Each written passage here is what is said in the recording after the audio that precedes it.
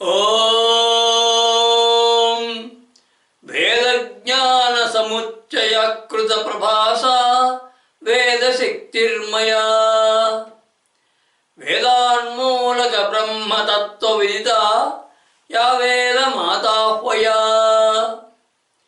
వేదాంతాగమ సర్వశాస్త్ర వినుత వేదాంత భావాన్మయా వేదద్విద్య ప్రకాశిని విమలిని శ్రీలాలితాంభావయే విశ్వవ్యాపిని విద్యా విభాసిని విజ్ఞాన విలాసిని ప్రజ్ఞా ప్రకాశిని వేదాంత వినోదిని అయినటువంటి ఆ సర్వార్థ భామినికి శతసహస్ర వందనాలు. ఈ లలితాదృష్టాధారి పరంపరలో మంగళచండీ విద్యను వివరించడం జరుగుతోంది. కింద ఇచ్చుకోండి నామాల నుంచి.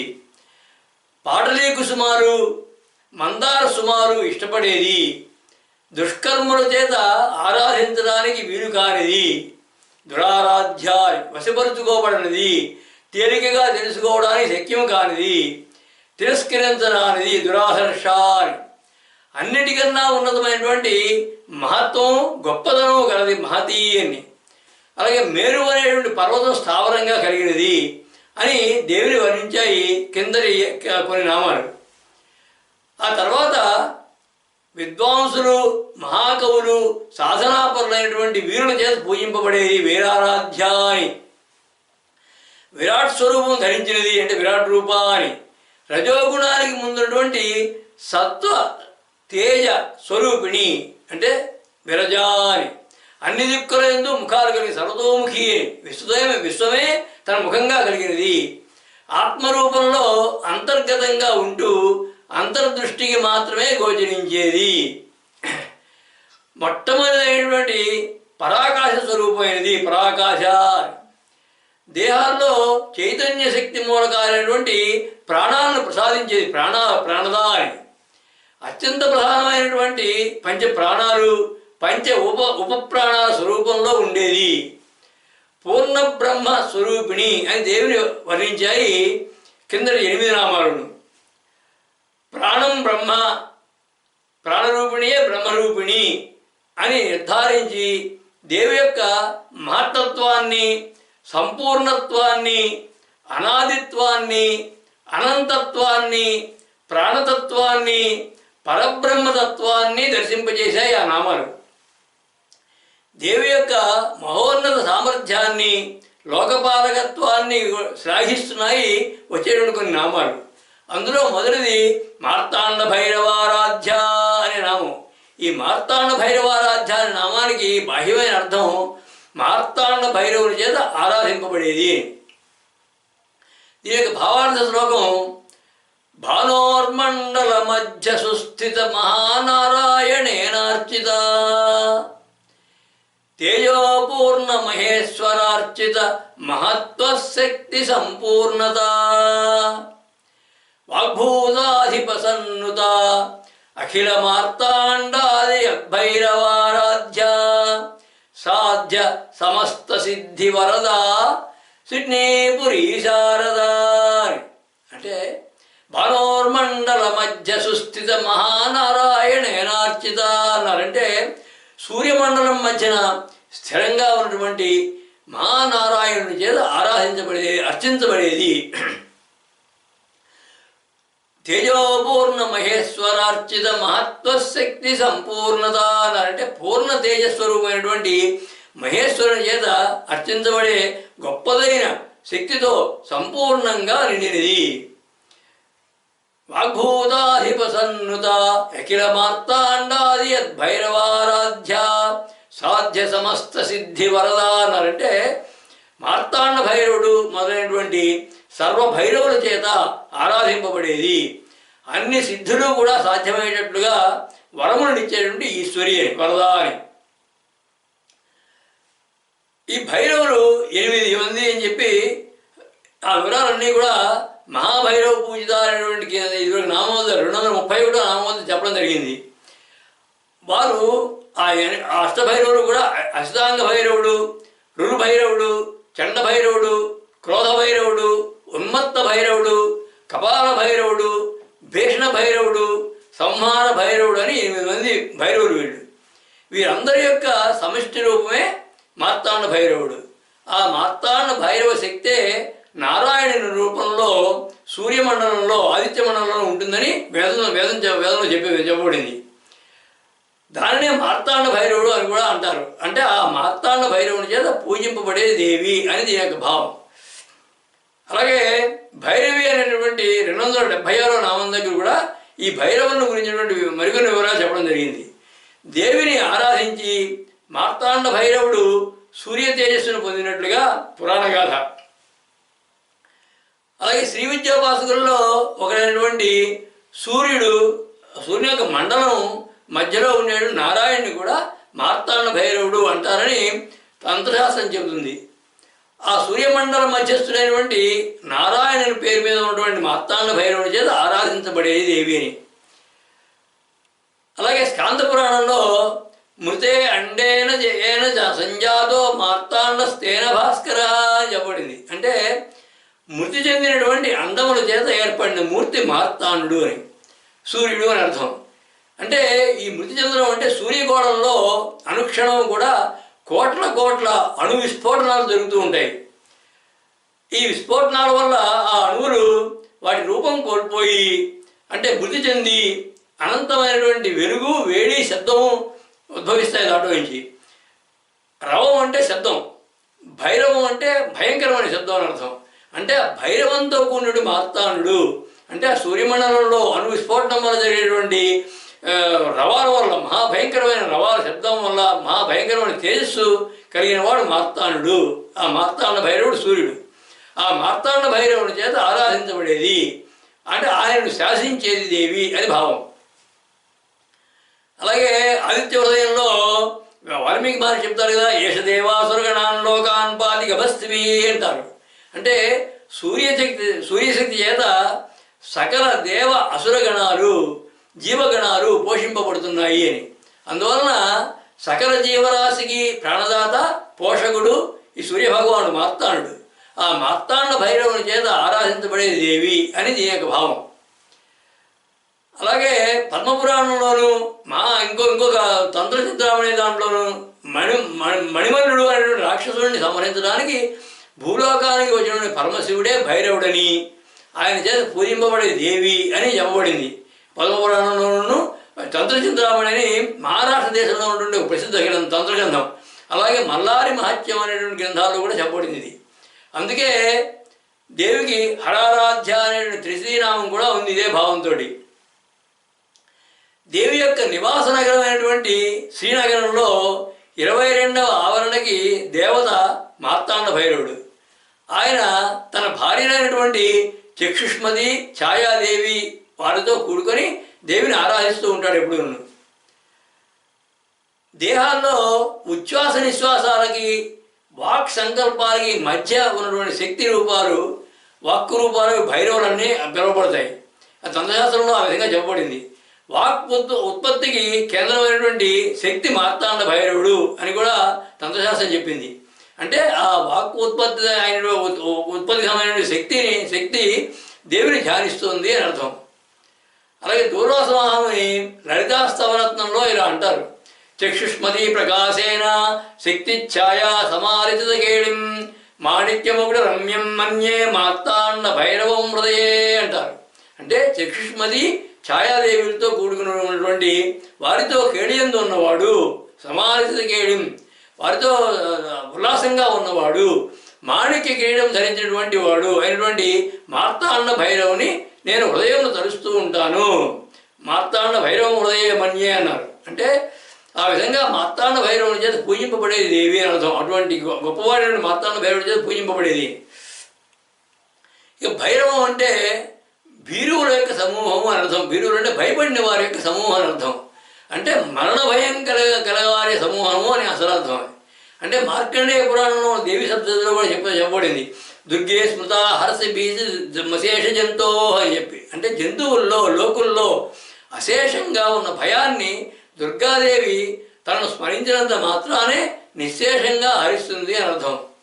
అలా భీరువుల చేత ఆరాధింపబడేది వారి భయాన్ని పోగొట్టేది, వారికి అభయాన్ని ప్రసాదించేది దేవి అని భావం.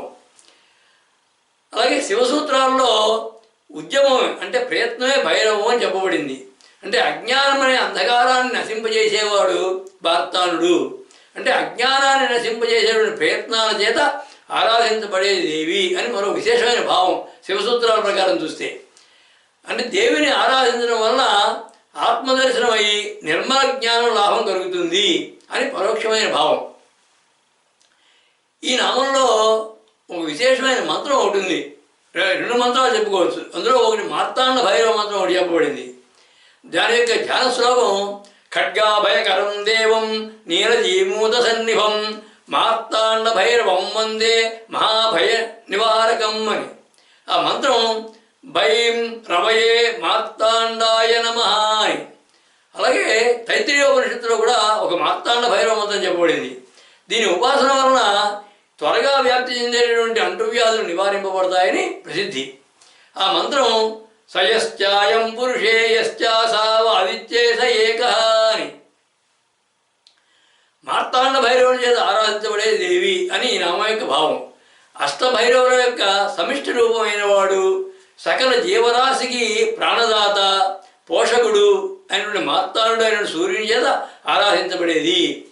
భీరువుల చేత అంటే భయపడే వారి చేత ఆరాధించబడేది, వారికి అభయాన్ని ప్రసాదించేది. వాక్స్థాన దేవత చేత పూజింపబడేది. సూర్యమండలం మధ్యలో ఉన్నటువంటి శ్రీమన్నారాయణుడి చేత ఆరాధించబడేది. భైరవుడు అనేటువంటి పరమశివుని చేత పూజింపబడేది అని విస్తృతమైన భావం. హరిహర బ్రహ్మాదులు ఆదిత్యుల చేత ఆరాధించబడేటువంటి సర్వోన్నత శక్తితత్వం దేవి అని ఆమె యొక్క విశేష భావం. ఆ ఆదిత్యారాధ్య, హరిహరారాధ్య, సత్వజ్ఞాన సుసాధ్య, తత్వజ్ఞాన సుబోధ్య, ముక్తిమార్గ ప్రసాద్య ఆ పరమేశ్వరే. అష్టభైరవుల సమష్టి స్వరూపమైనటువంటి మార్తాండ భైరవుని చేత ఆరాధించబడే దేవి అన్నటువంటి కింద నామం మార్తాండ భైరవారాధ్య అనే నామం. ఈ భైరవ శక్తికి మూలమైనటువంటి సూర్య తేజస్సు, అది వాసంగా కలిగినటువంటి నారాయణ తేజస్సు, వాటికి ఆద్యమైనటువంటి శివ తేజస్సుల కన్నా కూడా ఉన్నతమై సన్నుతమైనది ఆది పరాశక్తి అని పరోక్షంగా చెప్పింది. సకల జీవరాశికి కూడా పోషకుడైనటువంటి మార్తాండ భైరవుని చేత ఆరాధించబడడం అని దేవి యొక్క జీవలాలన, సర్వపోషణ, లోక పాలన సామర్థ్యాన్ని వివరించింది ఆ నామం. శివకేశవుల చేత, ద్వాదశాదిత్యుల చేత పూజింపబడేది అనడం వల్ల సర్వదేవతా గణాలకి కూడా పూజనీయమైన దేవి అని అంతరార్థం. అంతటి పూజనీయ మహనీయ అయినటువంటి దేవి విశ్వపాలనా విధానాన్ని వివరిస్తోంది వచ్చే నామం మంత్రిణీన్యస్తరాజ్యధూ అనే నామం. ఈ మంత్రిణీన్యస్తరాజ్యధూ అనే నామానికి అర్థం మంత్రిని అయినటువంటి శ్యామలాదేవి యందు ఉంచబడినటువంటి రాజ్యభారం కలిగినది. అంటే శ్యామలాదేవికి విశ్వపాలన భారాన్ని అప్పచెప్పింది అని అర్థం. దీనికి భావార్థ శ్లోకం విశ్వద్రాజ్య సుపాలనాధృత మహాభారాన్వహ శ్యామలాకార కృష్ణ సమప్రభాయుత కృపావీక్షణ్య లక్షణ్యత సత్సంకల్పక మంత్రిణీ మహిత విన్యస్తస్య సద్రాజ్యధూ మంత్రదైవత రాజశక్తి ప్రదత సిడ్నీపురీ శారదా. విశ్వద్రాజ్య సుపాలనాధృత మహాభారాన్వహ శ్యామలాకార అన్నారంటే విశ్వసామ్రాజ్యాన్ని పాలించినటువంటి గొప్ప భారాన్ని, బాధ్యతను వహించినటువంటి శ్యామలాదేవి యొక్క రూపమైనది. కృష్ణ సమప్రభాయుత కృపావీక్షణ్య లక్షణ్యత, శ్రీకృష్ణుని వంటి శోభ కలిగినది, దయతో నిండిన చూపులు కలిగినది. సత్సంకల్పక మంత్రిణీ మహిత విన్యస్తస్య సద్రాజ్యధూ అన్నారు. అంటే మంచి సంకల్పం కలిగినటువంటి మంత్రిని అయిన శ్యామలాదేవి యందు ఉంచబడినటువంటి రాజ్యభారం కలిగినది. మంత్రదైవత రాజశక్తి ప్రదత అన్నారంటే మంత్రములకు అధిపతులైనటువంటి దేవతలకి శక్తుల్ని ప్రసాదించే ఈశ్వరి అని. సృష్టి నిర్వహణ, విశ్వపాలన కార్యాల్లో దేవికి సహకరించడానికి 16 మంది మంత్రులు ఉన్నారు. వీరి గురించి ఇదివరకు చెప్పడం జరిగింది ఒకసారి. వారి పేర్లు సంగీతయోని, శ్యామ, శ్యామల, మంత్రనాయిక, మంత్రిణి, సచీవేశాని, ప్రధానేత, కుశప్రియ, వీణావతి, వైణికి, మంద్రిణి, ప్రియకప్రియ, నీపప్రియ, కదంబవేశ్య, కదంబ వనవాసిని, సదామల. ఈ 16 మంది మంత్రుల్లో కూడా శ్యామలాదేవి ప్రధానమంత్రిని అర్థం. అంటే విశ్వసామ్రాజ్య పాలన భారాల్ని, వ్యవహారాలని, బాధ్యతని ఇవన్నీ కూడా దేవి తన శక్త్యాంశ అయినటువంటి ఈ రాజశ్యామలాదేవికి ఇచ్చింది అని అర్థం. కనుక దేవికి ఈ నామం సార్థకం. మంత్రిణీయసరాజధూ అనే నామం. అలాగే శ్రీకృష్ణ శ్యామలాదేవి, శ్రీరామో లలితాంబిక అని పురాణవచనం. అంటే శ్యామలాదేవి సాక్షాత్తు విష్ణువు కృష్ణాంశ కలిగినది, శ్రీరాముడు సాక్షాత్తు దేవియే అని అర్థం. అంటే విశ్వస్థితికారకుడైనటువంటి విష్ణువు చిహ్నంగా దేవి అంశగా అవతరించినటువంటి శ్యామలాదేవి విశ్వపాలనా బాధ్యతను తీసుకోవడం ద్వారా ఈశ్వరికి సహకరిస్తోంది అని భావం.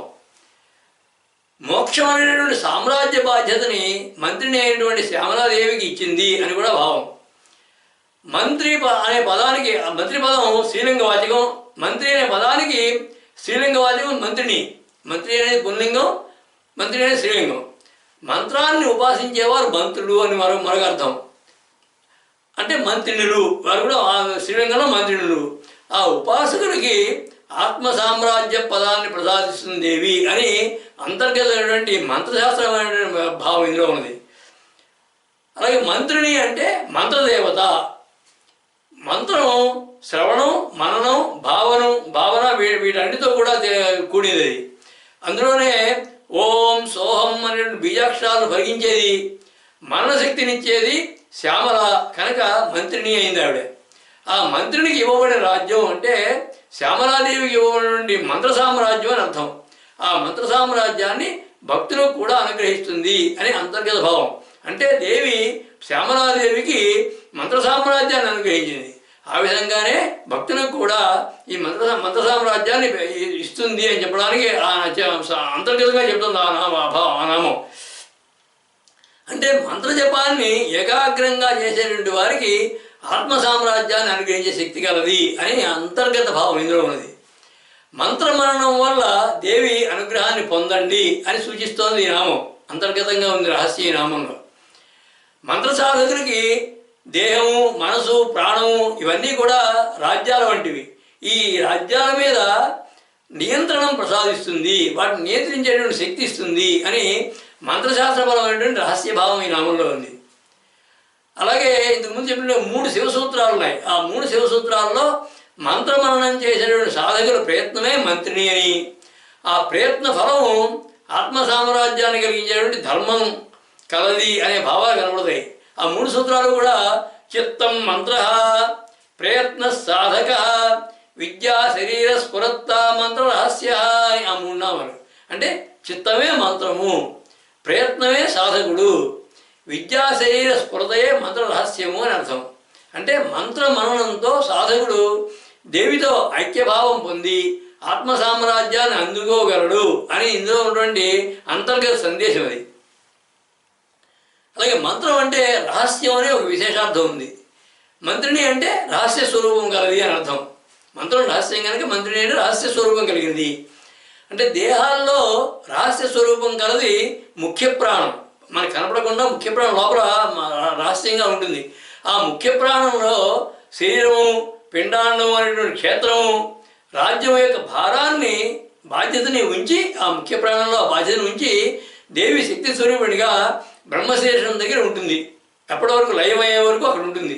అంటే ఆ విధంగా ఆ దేహం అనే సామ్రాజ్యానికి, క్షేత్రానికి రాజ్యాల యొక్క బాధ్యతని ఈ ముఖ్య ప్రాణం మంత్రినేయుడు ముఖ్య ప్రాణానికి అప్పచెప్పింది అని దీని యొక్క అర్థం. అంటే దేహాల్లో ఉన్నటువంటి దేహమే రాజ్యము, ముఖ్య ప్రాణమే శ్యామలాదేవి అని రహస్యభావం. అలాగే పురుష దేవతా స్తోత్రమైన మంత్రాన్ని మంత్రమని, శ్రీదేవతా పరమైన మంత్రాన్ని మంత్రిని అనుకొని చెప్పుకోవచ్చును. అప్పుడు శ్రీ విద్యా మంత్రం అంటే పంచదశి షోడశి మంత్రాలు మంత్రిని అవుతాయి. అవి అంటే ఆ మంత్రాలయందు మంత్రిని కాబట్టి ఆ మంత్రాలయందు న్యస్త అంటే ఉంచబడినటువంటి రాజ్యధూ రాజ్యభారం కలది అని అర్థం. అంటే మోక్ష సామ్రాజ్యానికి కైవల్యాన్ని చేయడానికి కావలసినటువంటి శక్తులన్నీ కూడా ఆ మంత్రాలయందు, ఆ పంచదశ షోడశీ మంత్రాలయందు ఉంచబడినది కనుక అని శ్రీ విద్యాపరమైన రహస్యం అది. మంత్రశాస్త్రం కూడా ఆ విధంగా చెబుతోంది. మంత్రిని అయినటువంటి శ్యామలాదేవి యందు ఉంచబడిన రాజ్యభారం కలది అని ఆమె యొక్క భావం. మోక్షం అనేటువంటి సామ్రాజ్య బాధ్యతని మంత్రిని అయినటువంటి శ్యామలాదేవికి ఇచ్చింది. మంత్రోపాసకులకి ఆత్మసామ్రాజ్య పదాన్ని ప్రసాదించేది, మంత్రాలకి అధిపతులైనటువంటి దేవతలకు వారికి శక్తులను ప్రసాదించేది, ఐహిక రాజ్యాలు అంటే దేహము మనస్సు వీటి మీద నియంత్రణం కలిగించేది, పంచదశి షోడశి మంత్రాల శక్తి స్వరూపిణి అని విస్తృతమైన భావం ఉంది నామంలో. ఆ భక్తి సుపూజ్య, జ్ఞాన విరాజ్య, దేవ సంపూజ్య, లోక ప్రపూజ్య, మంత్ర సామ్రాజ్య, బ్రహ్మైక్య సుభోజ్య ఆ పరమేశ్వరే. మంత్రుడి అయినటువంటి శ్యామలాదేవికి రాజ్యభారాన్ని అప్పగించింది దేవి అనేటువంటి కింద నామం. మంత్రిని న్యస్తరాజ్యసూ అనే నామం విశ్వ సామ్రాజ్య పాలనా వ్యవహారాలని బాధ్యతని దేవి తన శక్తి అంశ అయినటువంటి శ్యామలాదేవికి ఇచ్చింది అనే కాకుండా విశ్వ సామ్రాజ్యంతో పాటుగా మోక్ష సామ్రాజ్య బాధ్యతలను కూడా ఇచ్చిందని, మంత్రోపాసకులకి ఆత్మ సామ్రాజ్య పదాన్ని ప్రసాదిస్తుందని, ఐహికమైనటువంటి దేహంలో ఉన్నటువంటి రాజ్యాలపైన నియంత్రణ కలిగిస్తుందని పరోక్ష భావాలను కలిగింది ఆ నామం. మంత్రిని అయినటువంటి శ్యామలాదేవికి ఇవ్వబడినటువంటి మహామంత్ర సామ్రాజ్యాన్ని భక్తులకు కూడా అనుగ్రహిస్తుంది అని అంతర్గతమైనటువంటి రహస్యభావం. రాజ్యపాలన జీవలాలన సామర్థ్యం కలిగినటువంటి దేవి సామ్రాజ్య విస్తృతత్వాన్ని వివరిస్తోంది వచ్చే నామం త్రిపురేసి అనే నామం. ఈ త్రిపురేసి అనే నామానికి అర్థం 3 పురాలకు ఈశ్వరి అధినేత్రి అని అర్థం. దీని యొక్క భావార్థ శ్లోకం స్థూల సూక్ష్మక కారణాకృత శరీరాధీశ మాహేశ్వరీ తారామధ్యమ మంద్రవాక్ తిషధ సువ్యక్తాది విద్యేశ్వరీ బ్రహ్మా విష్ణు మహేశ లోక త్రిపురేసి సర్వలోకేశ్వరీ అంతఃసుస్మిత దివ్య ప్రజ్ఞ మహిత శ్రీపురీ శారదా. స్థూల సూక్ష్మక కారణాకృత శరీరాధీశ మాహేశ్వరి అన్నారంటే స్థూల సూక్ష్మ కారణ దేహాలు అనబడిన 3 దేహాలకి కూడా అధీశ్వరి. తారామధ్యమ మంద్రవాక్ తిషధ సువ్యక్తాది విద్యేశ్వరి అన్నారంటే తారా మధ్యమ మంద్ర అనేటువంటి 3 వాక్కులుగా తిషధ అనే పేరుతో వ్యక్తమైనటువంటి మంత్ర జ్ఞాన స్వరూపమైనది. బ్రహ్మ విష్ణు మహేశ లోక త్రిపురేసి సర్వలోకేశ్వరి అన్నారంటే బ్రహ్మ విష్ణు మహేశ్వరుల యొక్క వాళ్ళ యొక్క లోకాలకి అంటే సత్యలోకము, వైకుంఠము, కైలాసము వీటన్నీ కూడా ఈ లోకాలకు అధినేత్రి. అన్ని లోకాలకి కూడా ప్రభువి. అంతఃసుస్మిత దివ్య ప్రజ్ఞ మహిత అన్నారంటే అంతర్గతంగా వికసించేటువంటి దివ్యమైనటువంటి ప్రజ్ఞ కలిగినటువంటి ఈశ్వరి అని. పురం అంటే వాసస్థానం. జీవులంతా కూడా 3 రకాలైనటువంటి దేహాలను కలిగి ఉంటారు ఎప్పుడు. అవి స్థూలదేహం, సూక్ష్మదేహం, కారణదేహం అని చెప్పి ఈ శరీరాలు 3ంటిని కూడా పురాలు అంటారు. మంత్రశాస్త్రంలో, తంత్రశాస్త్రంలో, వేదాంత శాస్త్రాల్లో కూడా వాటిని పురాలు అంటారు. అందుకే ఆ పురాల్లో ఉండేటటువంటి జీవి కనుకనే ఆత్మ కనుకనే పురుషుడు అని పేరు దానికి. ఈ 3 పురాలకి అధినేత్రి దేవి అని అర్థం. అలాగే జీవులు 3 అవస్థల్లో ఉంటారు. జాగృత, స్వప్న, సుషుప్తి అవస్థల్లో నివసిస్తూ ఉంటారు ఎప్పుడు. కనుక అవి కూడా పురాలని చెప్పుకోవచ్చును. ఆ 3 అవస్థలకు కూడా ఈశ్వరి దేవి అంటే ఆత్మస్వరూపిణిగా ఈ 3 అవస్థలని మించి తురీయము, తురీయాతీత స్థితిలో ఉండేది అని అంతర్గత భావం. ప్రజ్ఞ, శక్తి, పదార్థాలు అనే 3 స్థితుల్లో లోకాలు, జీవులు కూడా ఏర్పడుతూ ఉంటారు. అంటే ప్రజ్ఞాలోకాల నుంచి శక్తిలోకాలు, శక్తిలోకాల నుంచి పదార్థలోకాలు ఏర్పడతాయి. ఈ 3 స్థితులని కూడా 3 పురాలుగా భావిస్తే వాటికి ఈశ్వరీదేవి అని అర్థం. అలాగే బ్రహ్మ విష్ణు మహేశ్వరుల పురాలకి అధినేత్రి. ఇంక శ్రీచక్రపరంగా చూస్తే అంతర త్రికోణం అంటే లోపల ఉన్న త్రికోణం అంటే బిందువుని ఆవరించి ఉన్న త్రికోణం సర్వానందమయ చక్రం అంటారండి. అదే దేవి యొక్క చక్రేశ్వరి. ఆ చక్రం దగ్గర ఉన్నటువంటి చక్రేశ్వరి త్రిపురేసి అనే దేవి, ఆ దేవత. ఆ త్రికోణం యొక్క ఆవరణ దేవతలు కామేశ్వరి, వజ్రేశ్వరి, భగమాలిని అని. వారికి అధినేత్రి త్రిపురేసి అని. అలాగే తంత్రశాస్త్రంలో ఏతాస్తు గుప్తయోగిన్య త్రిపురేసి పదాంతికే అని చెప్పబడింది. అంటే గుప్తయోగిని అనేటువంటి యోగిని ఉన్నటువంటి శ్రీచక్రావరణం అది రెండవది. సర్వాశ పరిపూర్ణ చక్రం అంటారు దాన్ని.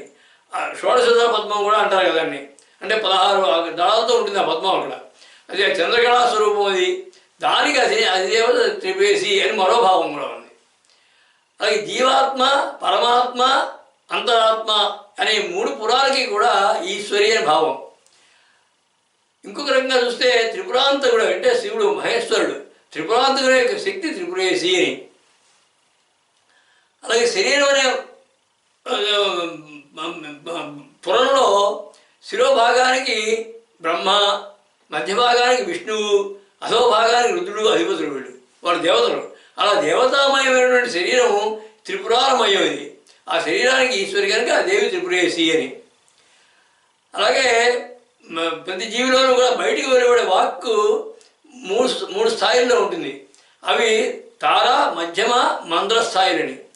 ఇవి క్రమంగా కూడా తారాస్థాయి అంటే కంఠం నుంచి వస్తుంది, మధ్యమ స్థాయి హృదయం నుంచి వస్తుంది, మంద్రస్థాయి నాభి నుంచి వస్తుంది.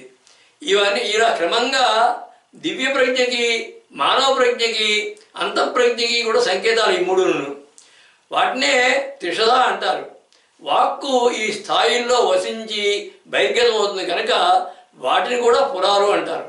అంటే వాక్కుకి మూలము, ఉచ్చారణ, అర్థము అన్నీ దేవే కనుక వాగ్దేవి రూపంగా ఈ 3 స్థాయిలని కూడా నియంత్రించేది త్రిషధస్థ అని నామం. ఆ త్రిషస్థ అనే నామం త్రిపురేసి అనే నామం భావం. 3 పురాలకి అధినేత్రి దేవి అని ఈ నామం యొక్క భావం. స్థూల సూక్ష్మ కారణ శరీరాలు, జాగృత స్వప్న సుషుప్త అవస్థలు, జీవాత్మ, అంతరాత్మ, పరమాత్మలు, తారా, మధ్యమ, మంద్రస్థాయి వాక్కులు, త్రిమూర్తుల లోకాలు అయినటువంటి త్రిపురాలకి అధినేత్రి అని విస్తృతమైన భావం. అంటే అండాండాల నుంచి బ్రహ్మాండాల్లో ఉన్నటువంటి అన్ని త్రిపురాలకి కూడా ఈశ్వరి అని విశ్వవిస్తారమైన భావం ఈ నామంలో ఉంది. ఆ త్రిపుర లోకేసి, త్రిపుర మంత్రేసి, త్రిపుర భావేసి, త్రిపుర జ్ఞానేసి, త్రిపుర తత్వేసి, త్రిపుర దేవేసి ఆ పరమేశ్వరే. 3గా ఉన్నటువంటి పురాలను పరిపాలించే దేవి అన్నటువంటి కింద నామం త్రిపురేసి అనే నామం జీవుల నుంచి దేవుల వరకు, పదార్థాల నుంచి సర్వార్థాల వరకు విస్తరించినటువంటి విశ్వంలో వివిధ రూపాల్లో 3గా ఉన్నటువంటి వాసస్థానాలకు ఈశ్వరి అని విస్తృతమైన భావాన్ని గుప్తంగా చెప్పింది ఆ నామం. అలాగే త్రిపుర అనే నామం 626 నామం, త్రిపురాంబిక అని వచ్చి రాబోయే 976 నామం, శ్రీమద్ త్రిపుర సుందరి అనేటువంటి 997 నామం, మహాత్రిపుర సుందరి అనేటువంటి చెప్పినటువంటి 234 నామం. ఇలాంటి నామాలన్నీ కూడా దేవి యొక్క త్రిపురతత్వాన్నే చెబుతున్నా కానీ త్రిపురేసి అనడంలో దేవి యొక్క లోకేశిత్వాన్ని, విశ్వనాయకత్వాన్ని వివరించేటువంటి లక్ష్యం అయినట్లుగా కనిపిస్తుంది ఈ నామం. ఈ త్రిపుర సుందరి నామం ఖడ్గమాలలో కూడా కనిపిస్తూ ఉంటుంది. త్రిపుర సుందరి ప్రసిద్ధమైన నామం అది. ఆ పురాధీశ్వరి అయినటువంటి దేవి యొక్క బల సమూహాలను వివరిస్తోంది వచ్చే నామం జయసేన అనే నామం. ఈ జయసేన అనే నామానికి అర్థం జయము పొందినటువంటి సేనలు కలిగినది. దీని యొక్క భావార్థ శ్లోకం సర్వశక్తి సమేత సత్కృత మహామంత్రాధి సైన్యాధిప దుష్టదైత్య వినాశ దేవ నిజయస్సేనాధిరాజాధిప అంతఃశత్రు నిబర్హణ ధృత జయస్సేన యమేయాత్కృపా సత్వజ్ఞాన సమత్వభావ ప్రదత సిడ్నీపురీ శారద. సర్వశక్తి సమేత సత్కృత మహామంత్రాధి సైన్యాధిప అన్నారంటే సర్వశక్తులతో కూడినటువంటిది, సత్ఫలితాలను చేకూర్చేటువంటి మహామంత్రాలు అనబడేటువంటి సైన్యానికి అధిపతి. దుష్టదైత్య వినాశ దేవ నిజయసేనాధి రాజాధిప అంటే దుష్టులైనటువంటి రాక్షసుల్ని సంహరించేటటువంటి దేవతా సైన్యాల నాయకులకి అధినేత్రి. అంతఃశత్రు నిబర్హణ ధృత జయసేన యమేయాత్కృపా అంటే అంతఃశత్రువుల్ని అణిచివేసి జయాన్ని సాధించగలిగినటువంటి సైన్యం కలది. అమేయమైనటువంటి అపారమైనటువంటి దయ కలిగినది. సత్వజ్ఞాన సమత్వభావ ప్రదానారంటే సత్వగుణము, జ్ఞానము, సమత్వభావము ప్రసాదించేటువంటి ఈశ్వరి. దుష్టాలోచనాపరులు, దుష్కర్ములు అనేటువంటి అనేక మంది రాక్షసుల్ని సంహరించినటువంటి దేవతల సేనలకు నాయకత్వం వహించింది దేవి అని పురాణ ప్రసిద్ధం. ఇది అంటే అలా జయం పొందే సేనలు కలిగినది అని అర్థం. అంటే దైవీ శక్తుల చేత ఎల్లప్పుడూ కూడా ఆవరించి ఉండేది, కూడి ఉండేది అని అర్థం. దేవసేనలకు తానే స్వయంగా నాయకత్వం వహించి మహిషాసురుడు, భండాసురుడు, శుంభులు ఇటువంటి ఎందరో రాక్షసుల్ని స్వయంగా సంహరించింది దేవి. ఆ సైన్యానికి విజయాన్ని చేకూర్చిపెట్టింది అని కూడా భావం. సాధారణ బలము, పరాక్రమాల వల్ల కలిగేటువంటి ఆధిక్యత, జయము ఇవి తాత్కాలికంగా ఉంటాయి, కృత్రిమంగా ఉంటాయి. అలా కాకుండా సత్వగుణంతో, తత్వజ్ఞానంతో జీవుల్ని ఆకర్షించగలడం శాశ్వతమైన జయం, అది అసలైన విజయం. అది ఆ తత్వజ్ఞానంతో ప్రవర్తించేటటువంటి సజ్జనులే సేనగా కలిగిన దేవి అని మరో విశిష్టమైన భావం ఇది. అలాగే 7 కోట్ల మహామంత్రాలు ఉన్నాయి. ఈ 7 కోట్ల మహామంత్రాలే దేవికి సైన్యం. ఆ మంత్రానుష్ఠానం వల్ల నిరంతరం ఎల్లప్పుడూ కూడా ఆ మంత్రాలతో దేవిని ఉపాసించడం వల్ల అంతఃశత్రువైనటువంటి కామక్రోధ లోభమోహ మదమాత్సర్యాలైనటువంటి అరిషడ్ వర్గాలని జయించడం సాధ్యమవుతుంది. అలా అరిషడ్ వర్గాలని జయించినటువంటి సేన కలిగినది. అంటే అటువంటి యోగీశ్వరులతో సేవింపబడేది అని భావం. అలాగే దేవతల సైన్యం అంటే వారి వారి మంత్రాల సైన్యం అని కూడా చెప్పుకోవచ్చును. అంటే ఆ మంత్ర సైన్యాలకి శక్తిని చేకూర్చే దేవి, వారికి విజయాన్ని కలిగించే దేవి అని అర్థం. దేహాల్లో ఉన్నటువంటి పంచభూతాలు, సప్తధాతువులు, పంచకోశాలు, షట్చక్రాలు, గ్రంథులు ఇవన్నీ కూడా మహామాయా స్వరూపిణిగా ఉన్నటువంటి దేవి యొక్క సేన. ఆ సేన జీవుణ్ణి దేవి యొక్క మహామాయలో పడవేయడంలో జయం కలిగినది. అంటే అలాంటి సేనను కలిగింది అంటే మహామాయలో పడవేయడంలో జయం కలిగిన సేన కలిగినది అని బాహ్యమైన భావం. యోగపరంగా చూస్తే కుండలిని కులమార్గంలో వెళుతున్నప్పుడు ఈ కులమార్గాన్ని ధూమరాజ మార్గం అంటారు, తంత్రశాస్త్రం ఉంటుంది. అందులో ఆ కులమార్గంలో ప్రయాణిస్తున్నప్పుడు అంటే మూలాధారం నుంచి అగ్నిచక్రం వరకు ప్రయాణిస్తున్నప్పుడు ఇంద్రియ సేన చేత జయింపబడడం ఒక జయసేన. అంటే ఇంద్రియ సేన జయిస్తుంది అప్పుడు ఆ సమయంలో. ఆ సేన నుంచి దాటుకొని అకుల మార్గం అంటే అగ్నిచక్రం దాటిన తర్వాత సహస్రారం బ్రహ్మశేషం వరకు దానిని అర్చిరాది మార్గం అంటారు తంత్రశాస్త్రంలో. ఆ అర్చిరాది మార్గంలో వెళుతున్నప్పుడు అహంకారం నశించిపోయి బ్రహ్మశేషంలో ఉన్నటువంటి దేవి యొక్క కాంతి సమూహం వలన ఆనంద స్థితిని పొందడం మరో జయసేన. మళ్ళీ ఆ కుండలిని శక్తి అక్కడి నుంచి పైకి కిందకి దిగి వస్తున్నప్పుడు తిరోగమనంలో మహామాయా స్వరూపంగా కిందకు వస్తూ కామోద కోరికలతో జీవలక్షణాన్ని పెంచుతూ జయాన్ని సాధిస్తుంది దేవి యొక్క ఇంద్రియసేన మళ్ళా. కాబట్టి అలా 2 మార్గాల్లోనూ పైకి వెళ్ళేటప్పుడు కిందకి వచ్చేటప్పుడు కూడా మహామాయా స్వరూపంగా, పరంజ్యోతి స్వరూపంగా తాను నిర్మించినటువంటి సేన జయాన్ని పొందేటట్లు చేస్తుంది దేవి అని భావం. చతుర్యాగ క్రమంలో అంటే బహిర్యాగం, అంతర్యాగం, రోహయాగం, మహాయాగాల్లో కనుక సాధన చేసేవారికి మాత్రమే ఈ వివరణ వారి అనుభూతికి సమన్వయం అవుతూ ఉంటుంది. అలాగే జయసేనుడు అనేటువంటి రాజు యొక్క స్వరూపమైనది అని కూడా చెప్పుకోవచ్చు. దీనికి అర్థం ఎల్లప్పుడూ జయాన్ని పొందేటటువంటి సేనలు కలిగిన దేవి అని ఈ నామం యొక్క భావం. రాక్షసుల్ని సంహరించేటటువంటి దేవతా సైన్యాలకు అధినేత్రి, తత్వజ్ఞానంతో ప్రవర్తించేటువంటి సజ్జనులే సేనగా కలిగినది, అరిషడ్ వర్గాలని జయించినటువంటి సేన కలిగినది, యోగీశ్వరుల చేత సేవింపబడేది, సత్ఫలితాలను చేకూర్చేటువంటి మహామంత్రాలు అనేటువంటి సైన్యానికి అధిపతి, యోగ సాధనా మార్గాల్లో జయాన్ని ప్రసాదించేది, దైవీ శక్తుల చేత ఎల్లప్పుడూ కూడా కూడి ఉండేది అని విస్తృతమైన భావం.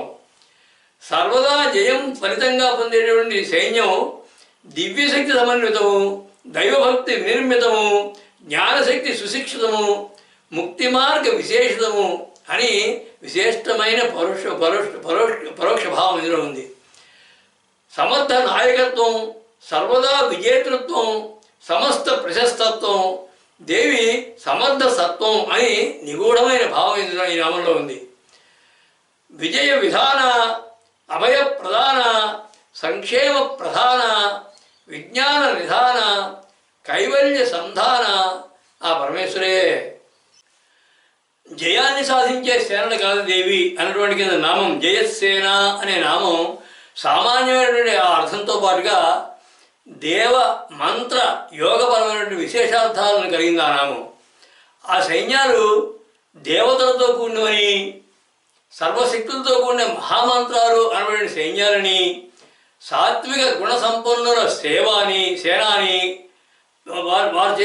వారు సేవించే సేన అని, అంతఃశత్రువులను జయించినటువంటి యోగీశ్వరుల సమూహం అని, ఇంద్రియ సేన కాంతి సేనల చేత అనేటువంటి అర్థంలో దేవి యొక్క మంత్ర దైవిక శక్తి సామర్థ్యాల్ని, సజ్జన సంరక్షణ, దుర్జన సుశిక్షణ లక్షణాల యొక్క విచక్షణాతత్వాన్ని వివరించింది ఆ నామం. సత్వతత్వ స్వరూపిణి అనేటువంటి రహస్యభావాన్ని కూడా కలిగింది ఆ నామం. జ్ఞానరూపిణి అయినటువంటి దేవి యొక్క గుణ విశేషాలను చెబుతోంది వచ్చే నామం నిస్త్రైగుణ్య అనే నామం. నిస్త్రైగుణ్య అనే నామానికి అర్థం త్రిగుణములు లేనిది, అంటే త్రిగుణములు అంటనిది అని అర్థం. దీని యొక్క భావార్థ శ్లోకం కర్మ ప్రేరక కారణాత్మక గుణాన్ రాహిత్య సద్గుణ్యయా సృష్టి స్థిత్లయ కార్య నిర్వహణ భారోదార నిర్లేపయా దైవన్మానవయాసురీగణ యతీతాధిక్య శక్తిర్మయా నిస్త్రైగుణ్య అగణ్య సద్గుణగణ సిడ్నీపురీ శారద.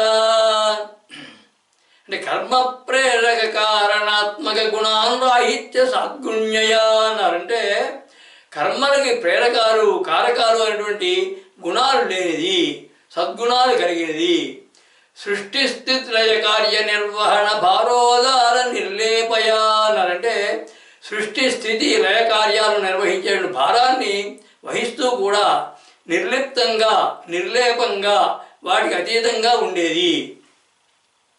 దైవన్మానవయాసురీ గుణ యతీతాధిక్య శక్తిర్మయా అన్నారంటే దేవ మానవ అసుర లక్షణాలకి, అంటే దేవతలు మానవులు రాక్షసుల యొక్క లక్షణాలకి గుణాలకి అతీతంగా ఉండేటువంటి శక్తి సామర్థ్యాలు కలది.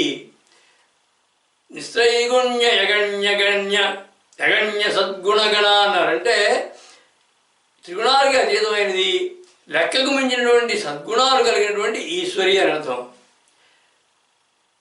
సృష్టి అంతా కూడా సత్వ రజస్తమో గుణాలతోటి నిర్మించబడింది. దానికి కారకురాలు ఆ సృష్టి స్వరూపమైనటువంటి దేవి ఆ త్రిగుణాలు అంటనిది, వాటికి అతీతమైనది అని భావం. త్రైగుణ్యం అంటే సంసారం అంటే సత్వరజస్తమో గుణాలతో కూడినది. ఆ సంసార బంధాలు తొలగించేది దేవి. ఆ సంసార బంధాలు ఆమెకి లేనివి, ఆమె తొలగించేది అని భావం.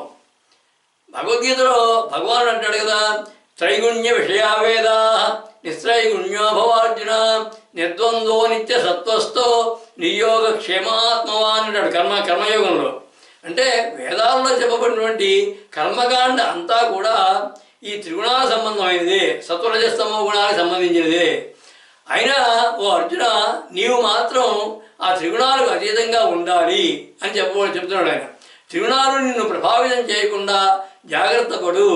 త్రిగుణాలని వదిలివేసిన వాడవుగా, ద్వంద్వాలు లేనివాడవుగా, నిరంతరము శుద్ధ తత్వమును ఆశ్రయించి అటువంటి ఆ విధంగా ఉండేటట్లుగా యోగక్షేమాల మీద దృష్టి లేనివాడవుగా ఆత్మజ్ఞానివిగా అగుము అని దాని యొక్క భావం. అంటే ఉదాహరణ చెప్పాలంటే నీటి మీద పడవలో ప్రయాణం చేస్తూ ఆ నీరు పడవలోకి రాకుండా నీ ప్రయాణం సాగించు అని దాని యొక్క అంతర్గతమైన భావం. వేదవిధమైనటువంటి కర్మలన్నీ కూడా త్రిగుణాలతో కూడినవే. వాటిని అధిగమించి గుణత్రయాలకు కూడా అతీతమైనది మోక్షం. అదే నిశ్చయగుణ్య అంటే మోక్షస్వరూపిణి దేవి అని భావం. ఈ నిహి అనేది ఉపసర్గ. ఈ ఉపసర్గ అంటే అది ఎక్కడైనా సరే ఎటువంటి అర్థమైనా రావచ్చును, విశేషార్థం రావచ్చును, వ్యతిరేకార్థం కూడా రావచ్చును. ఈ నీ అనేదానికి నిస్తుల అంటే సాటి లేనిది అని అర్థం, లేనిది అని కూడా అర్థాలు ఉన్నాయి. నిస్తుల అంటే సాటి లేనిది అనే అర్థంలో నిశ్చయగుణ్య అంటే త్రిగుణాలను ఎక్కువగా పెంచేది, అంటే త్రిగుణాలు ఎక్కువగా కలిగినది అని అర్థం సాటి లేనిది దాంట్లో. ఇక లేనిది అనే అర్థంలో త్రిగుణాలు లేనిది అని అర్థం వస్తుంది. ఇలా యోగపరంగా చూస్తే ఈ రెండు అర్థాలు కూడా సమన్వయం అవుతాయి. కుండలిని కుల మార్గంలో ప్రయాణించేటప్పుడు ఈ త్రిగుణాల ప్రభావం ఉంటూనే ఉంటుంది మొత్తం అంతా, మూలాధారం నుంచి ఆజ్ఞాచక్రం వరకు కూడా. మూలాధారం దగ్గర ఉన్నప్పుడు ఆ కుండలిని నిస్తుల త్రైగుణ్య అంటే అన్ని గుణాలు కలిగి ఉంటుంది, నిండుగా కలిగి ఉంటుంది. అది అప్పుడు ఆ మహామాయ స్వరూపంలో ఆ త్రిగుణాలని పెంచేటటువంటి శక్తి దేవి అక్కడ. అయితే వాటిని ఒక్కొక్క చక్రం దగ్గర ఒక్కొక్కటిగా వదులుకుంటూ అనాహతం దగ్గరికి వచ్చి అక్కడ అహం అనేటటువంటి సూక్ష్మత్రైగుణ్య లక్షణాన్ని కూడా పోగొట్టుకుని మనస్తత్వ స్థానమైనటువంటి ఆజ్ఞాచక్రం దగ్గర అక్కడికి వచ్చినప్పుడు అహంభావం యొక్క భారం అంతా కూడా వదిలించుకుని అక్కడి నుంచి అకుల మార్గంలో ప్రవేశిస్తున్నారు. అలా కుల మార్గంలో త్రిగుణాలని కలిగి ఉంటుంది కనుక అక్కడ నిశ్చయగుణ్య అంటే నిస్తుల త్రైగుణ్య అని అర్థం. అకుల మార్గంలో ఆజ్ఞాచక్రం దాటిన తర్వాత వాటిని పూర్తిగా వదిలేసి తురియ స్థితిలోకి పెడుతుంది కనుక అక్కడ నిశ్చయగుణ్య అంటే త్రిగుణములు లేనిది అని అర్థం. త్రిగుణాలు లేనిది, ఆ త్రిగుణాలు అంటనిది అని ఈ నామం యొక్క భావం. సత్వరజస్తమో గుణాలతో నిండినటువంటి ఈ సృష్టికి అతీతంగా ఉండేది, సంసార బంధాలు లేనిది, సంసార బంధాలను తొలగించేది, గుణాతీతమైనటువంటి మోక్షస్వరూపిణి, ద్వంద్వాలు లేనటువంటి ఆత్మజ్ఞాన స్వరూపిణి, త్రిగుణాత్మిక, త్రిగుణాతీత అని దేవి దీనికి విస్తృత భావం. ఆ త్రిగుణాలు లేనివి అంటని శుద్ధ పరబ్రహ్మస్వరూపిణి అని అంతర్గత విశేషం. ఆ సత్య సాద్గుణ్య, సర్వాగ్రగణ్య, ప్రజ్ఞాన ప్రవీణ్య, సద్భక్త శరణ్య, విశుద్ధ బ్రహ్మణ్య ఆ పరమేశ్వరే. సృష్టికి మూలకాలైనటువంటివి, కారకాలైనటువంటివి అయినటువంటి త్రిగుణాలు అంటనిది, త్రిగుణాలు లేనిది దేవి అనేటువంటి కింద నామం నిశ్చయగుణ్య అనే నామం. ఆ సృష్టి కారకురాలు, సృష్టి స్వరూపము అవి కూడా నిజానికి మూలమైనటువంటి త్రిగుణాలకు అతీతంగా ఉండేది అనడంలో దేవి యొక్క నిర్లేపత్వాన్ని, నిర్లిప్తత్వాన్ని, నిరామయత్వాన్ని మరో మారు ఇంకో కోణంలో ఏం చెప్పింది. వాటితో పాటు దేవి యొక్క మాయాశక్తిత్వాన్ని, మోక్షరూపకత్వాన్ని, పరబ్రహ్మతత్వాన్ని, భక్తానుగ్రహ పరత్వాన్ని అంతర్గతంగా దాచింది ఆ నామం. ఈ త్రిగుణాలతో సంబంధమైనటువంటి కర్మకాండాలని అధిగమించినటువంటి మోక్షస్థితిని అందుకోమని భక్తులకి పరోక్షంగా సందేశం ఇచ్చింది ఆ నామం. గుణాతీత, గుణరహిత, గుణసహిత అయినటువంటి దేవి యొక్క స్వరూప విశేషాలను వివరిస్తోంది వచ్చే నామం పరాపర అనే నామం. ఈ పరాపర అనే నామానికి అర్థం పరబ్రహ్మకి, సృష్టికి సమన్వయమైనటువంటి స్వరూపం కలిగింది అని అర్థం.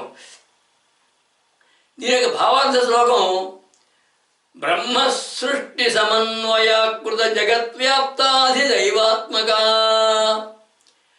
ఆత్మజ్ఞాన ప్రభావైక పరద్విద్య ప్రతిష్టాత్మక చైతన్యాత్మక జీవలక్షణ మనోభావాదిదేహాత్మక సర్వజ్ఞాన పరాపర శుభకర సిడ్నీపురీ శారదా.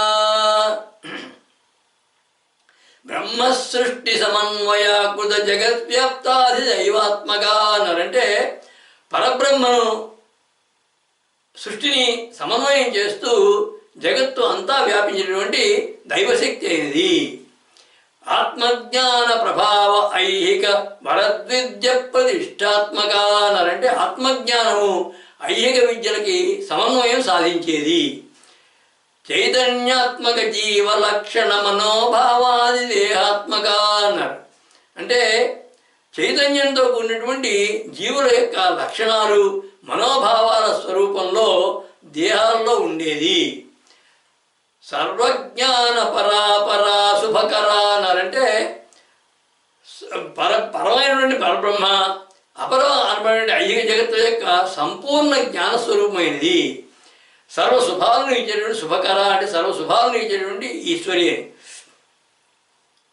పర అంటే పరబ్రహ్మకి, అపర అంటే సృష్టికి సంకేతాలు. పరబ్రహ్మని ఈ సృష్టిని సమన్వయపరిచేది దేవి అని అర్థం. ఇలాగ పర అపర అనే దానికి ఎన్నో ఎన్నో అర్థాలు ఉన్నాయి. పర అంటే పరలోకం, అపర అంటే ఏలోకం. అలాగే పర అంటే శత్రువులు, అపర అంటే శత్రువులు కానివారు. పర అంటే ఇతరులు దూరంగా ఉన్నవారు, అపర అంటే తనవారు దగ్గరగా వచ్చినవారు. ఎందుకంటే శృతి ఏం చెబుతుందంటే ద్వే బ్రహ్మణి వేదితవ్యే పరంచాపరమేవచ అంటుందంటే పరమాత్మ దూరంలోనూ దగ్గరలోనూ కూడా ఉన్నాడు అని అర్థం. అంటే దేవి దూరంలో ఉన్నవారి రూపము, దగ్గరగా ఉన్నవారి రూపము కూడా కలది కనుక పరమాత్మ స్వరూపురాలు అని అర్థం ఈ పరాపర అంటే ఈ అర్థంలో. అలాగే పర అంటే పరావాక్కు, అపర అంటే ఇతర వాక్కులు. పరా పశ్చింది మధ్యమ వైఖరిలో పర అనే పరావాక్కు, మిగతా మూడు కూడా అపరావాక్కులు. అలాగే పర అంటే అధికమైన ఉత్కృష్టమైన అని అర్థం. అపర అంటే అధమైనటువంటిది, నికృష్టమైనటువంటిది అని అర్థం. దీనికి మళ్ళా శృతి ఏం చెబుతుందంటే బ్రహ్మదాస, బ్రహ్మదాశ, బ్రహ్మమేకితవావుత అంటుంది.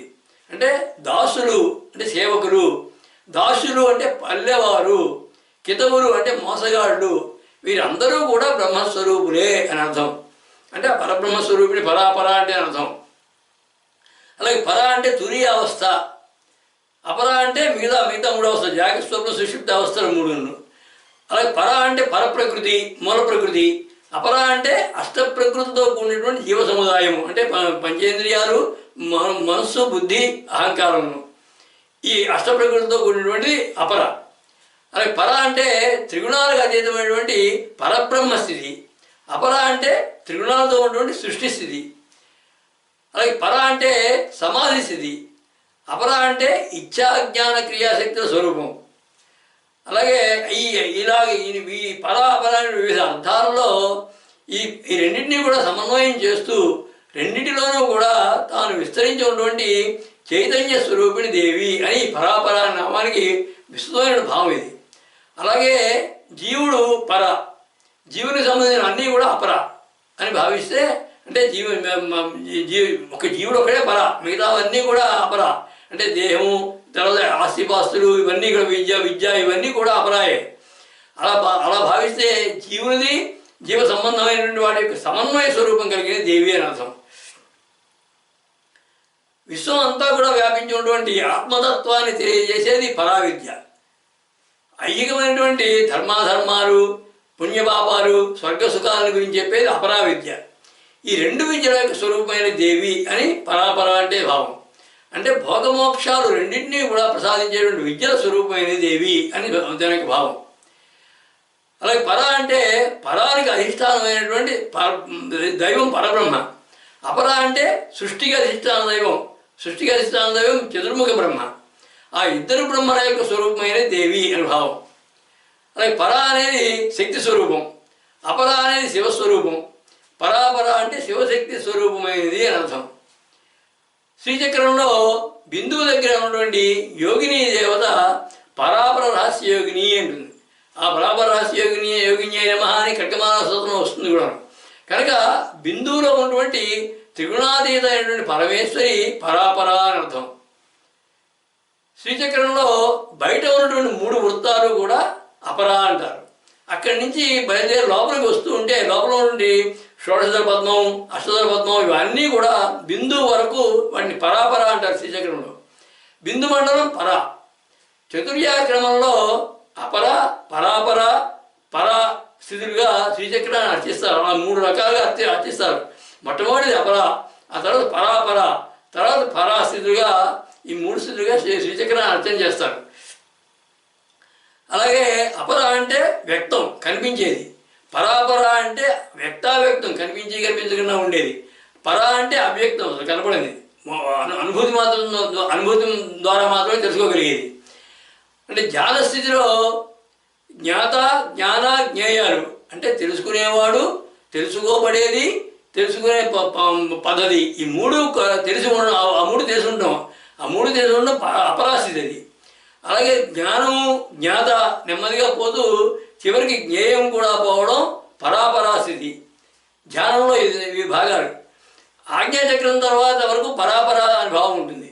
ఆ తర్వాత జ్ఞాత, జ్ఞాన, జ్ఞేయాలు మూడు పోవడం అనేది పరాస్థితి. అంటే ఆజ్ఞాచక్రం పైన ఉన్నటువంటి తురీయ స్థితి, అదే సమాధి స్థితి అని భావం. స్కాంద పురాణంలో యజ్ఞవైభవ ఖండంలో ప్రణవం అంటే ఓంకారం పర, అపర అని రెండు విధాలుగా చెప్పబడింది. పరము ప్రజ్ఞ, ఆనంద, ఇటువంటి ఆనందం అనేటువంటి లక్షణాలు కలిగినటువంటి లక్షణాలు మించినటువంటి పరబ్రహ్మం అని అర్థం. అపరం సాక్షాత్తు నిర్మల శబ్దరూపం అది. అంటే ప్రణవ అనే దాని కనుక ప్ర, నవ అని కనుక విభజించి చూస్తే ప్రకృష్టముగా అధికంగా నవమవుడు చేత, అంత తొమ్మిది దాటి కొత్త అవడం చేత ప్రణవము అంటే పరబ్రహ్మ ప్రాప్తి కారణం అవడం చేత ప్రణవమైంది అని అర్థం.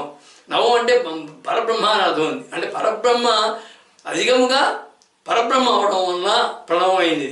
అంటే ఆ పరాపరాల రూపమైనటువంటి ప్రణవస్వరూపిణి దేవి అని దీని యొక్క భావం. యోగశాస్త్రంలో పర, అపర, పరాపర అని మూడు విధాలుగా జ్ఞానం ఉంది అని చెప్పబడింది.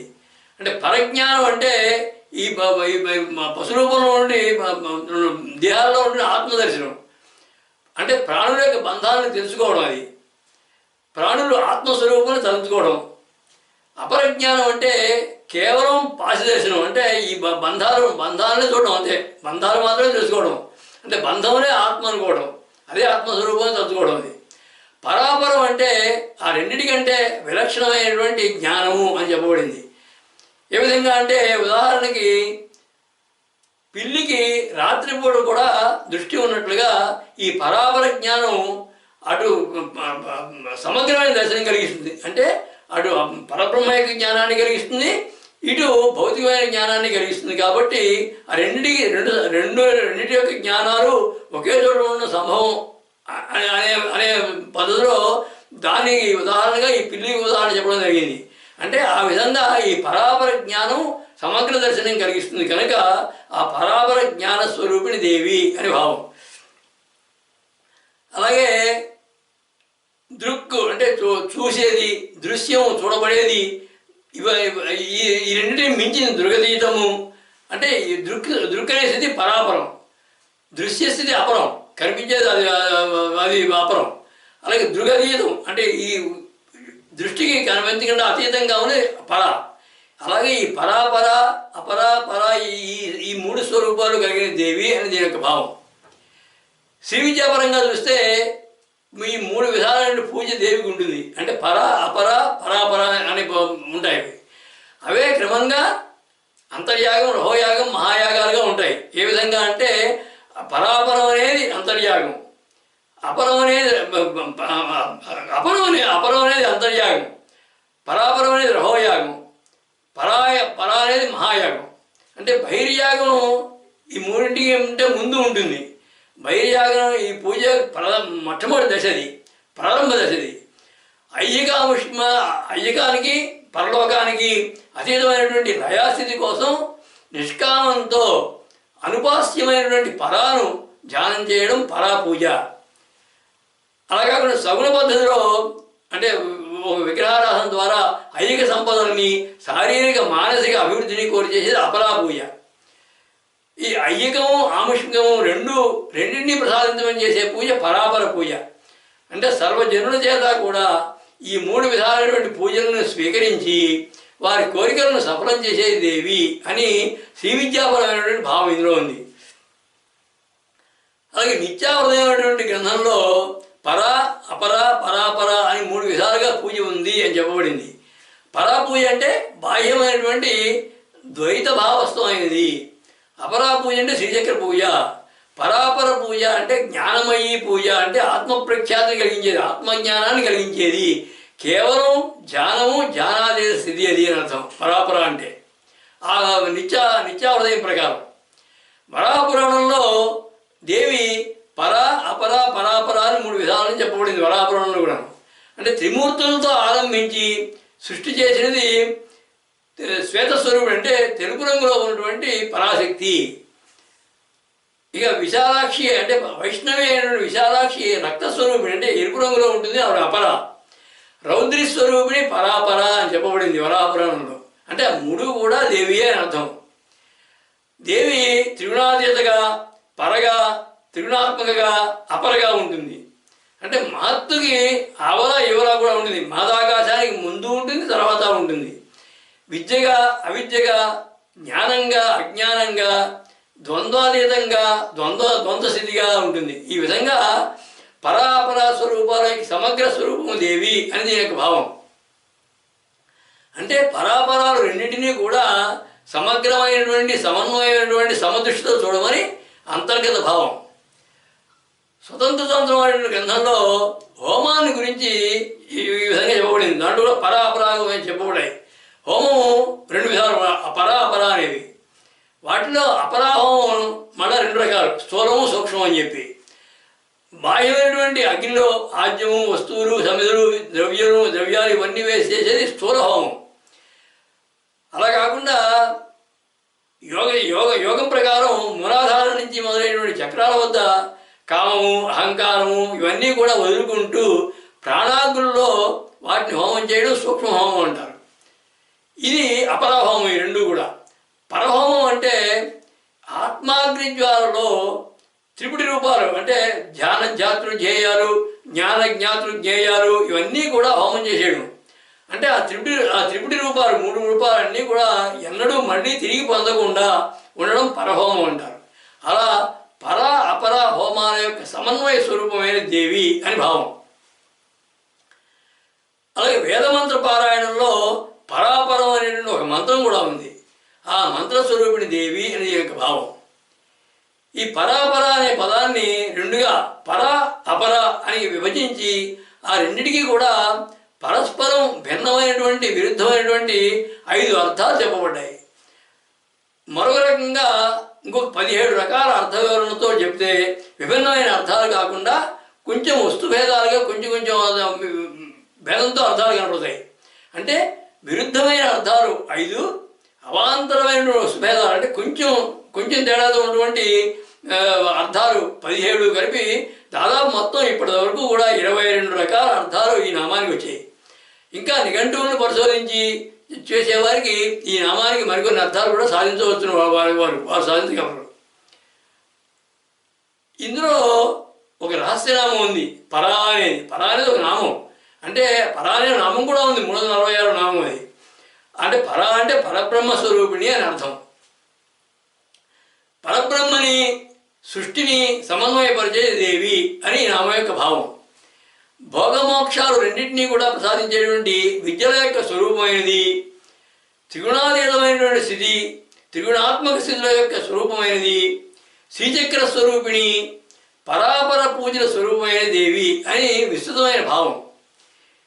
ఈ నామం వరకు కూడా మంగళ చండీ విద్య గురించి వివరించడం జరిగింది.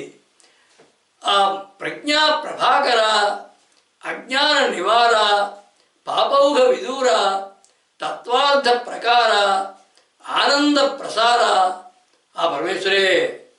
సర్వం శ్రీ లలితాదేవ్యర్పణమస్తు.